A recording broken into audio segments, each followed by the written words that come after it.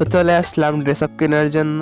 মাইয়া গো dress up খালি আর dress নাই নাকি? এটা তো ভালোই আছে কিন্তু পোলা গো ড্রেস এই বান্ডেল আছে গেছে যে নে এল্লা গো তা কেমনে নিবো? স্পেন্ড করার লাগে নাকি? এই তো একটা কিনা আগে ওপেন। এইটা আবার কি দিল? বান্ডেল দিব আমারে? কি মুড জ্বালা দেওয়াছেন, সাতটা একবারে কিনা হালছি, এখন ওপেন করে কংগ্রাচুলেশনস দেখি আপনি কি দিল? জুতা দিছে, চুল দিল, আবার কংগ্রাচুলেশনস। মাইয়া গো জুতা দিল।